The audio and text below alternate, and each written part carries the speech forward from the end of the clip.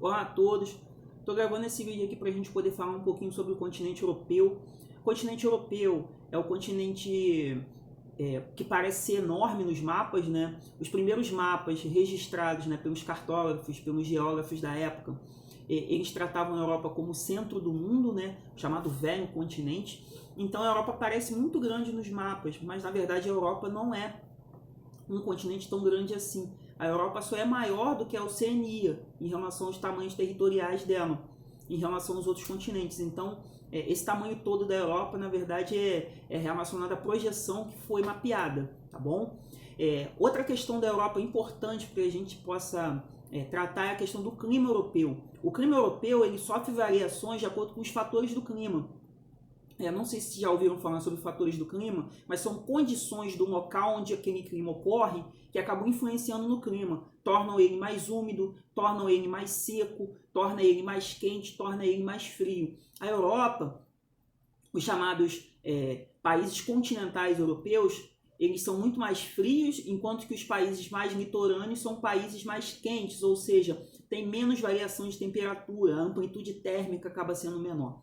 O clima predominante na Europa é o clima temperado, tá bom? Esse clima temperado, né, durante as colonizações, ele até foi importante em relação aos processos aqui das colônias na América, porque o nosso clima aqui é um clima muito mais quente, né, um clima tropical, então vários itens que eram cultivados aqui não podiam ser cultivados na Europa, como a cana-de-açúcar, por exemplo, porque lá é um clima mais frio.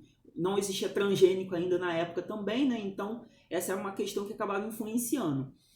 Nós temos os chamados países nórdicos europeus, né? São os países mais frios, que são os países continentais, como Rússia, Suécia, tá? Noruega, Islândia, ou seja, são países que têm um clima mais rigoroso, mais frio, né? Durante boa parte do ano acaba sendo frio ali, né? A Rússia, por exemplo, que tem um território enorme, boa parte dele fica embaixo do gelo, na chamada Sibéria. Outra questão importante em relação às características naturais da Europa está relacionada à vegetação europeia.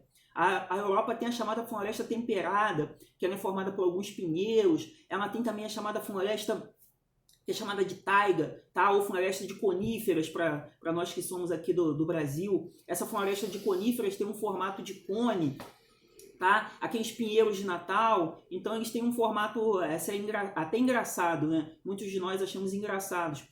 Eles têm uma vegetação também que é muito característica das áreas frias deles, que é a tundra. A tundra são pequenos arbustos, né, que nascem nas estações mais quentes deles. Essas estações quentes dos países nórdicos é próximo abaixo de zero ali, né? Zero, abaixo de zero. Então, eles estão acostumados com essa questão do frio, muito mais do que nós aqui dos países latinos e das zonas tropicais. Uma outra situação relacionada à característica natural da Europa são as placas tectônicas. A placa tectônica europeia, a placa euroasiática, é uma placa importante que ela realiza movimentos convergentes, tá? Com outras placas, por exemplo, com a placa indiana. A placa indiana e a placa euroasiática elas se encontram e formam a cordilheira do Himalaia. A placa euroasiática também ela se choca com a placa do Pacífico, tá? Essa placa euroasiática está se separando, né, faz um movimento divergente com a placa americana, né, norte-americana, ou seja, essa placa da Europa, euroasiática, ela acaba gerando grandes movimentos tectônicos, terremotos. A Europa possui vulcões ativos, né?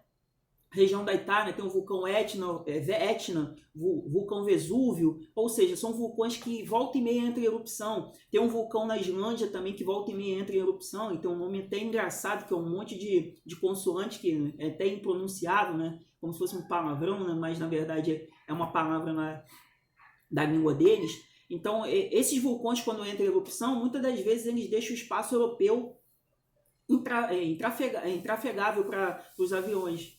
Os aviões não conseguem circular porque as cinzas podem entrar nas turbinas do avião e podem derrubar esses aviões. Ou seja, a Europa acaba sendo influenciada muito por essa questão dos vulcões delas que são ativos, né?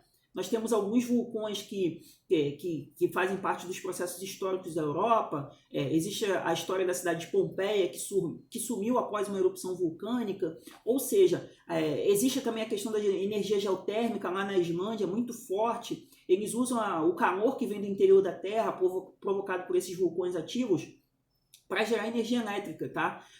Aqui no Brasil a gente usa muita energia hidrelétrica, lá eles usam energia geotérmica, ou seja, essa característica natural acaba influenciando muito essa questão europeia em relação à energia.